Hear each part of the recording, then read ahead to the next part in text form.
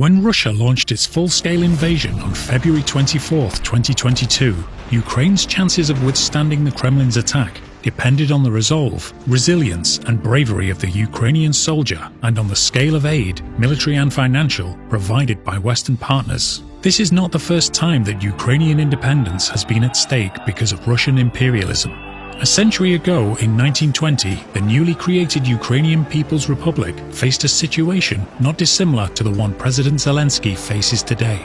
The Bolsheviks, having consolidated power in Russia, were intent on exporting communism to the West. Faced with a numerically superior enemy, Ukrainian leader Ataman Symon Petlura was in desperate need of allies. Despite previously turbulent relations, united by their common foe, Ataman Petlura and Polish leader Marshal Józef Pilsudski signed the Treaty of Warsaw in April 1920. With their joint fight, Ukrainians and Poles will rectify the mistakes of the past, and the blood shed together in battles against the eternal historical enemy, Moscow, will sanctify a new period of mutual friendship between Ukrainians and Poles, said Petlura. The Allied Polish and Ukrainian troops captured Kiev from the Red Army on May 7th. However, success was short-lived. The Red Army launched a furious counter-offensive, which pushed the Poles all the way back to the outskirts of Warsaw.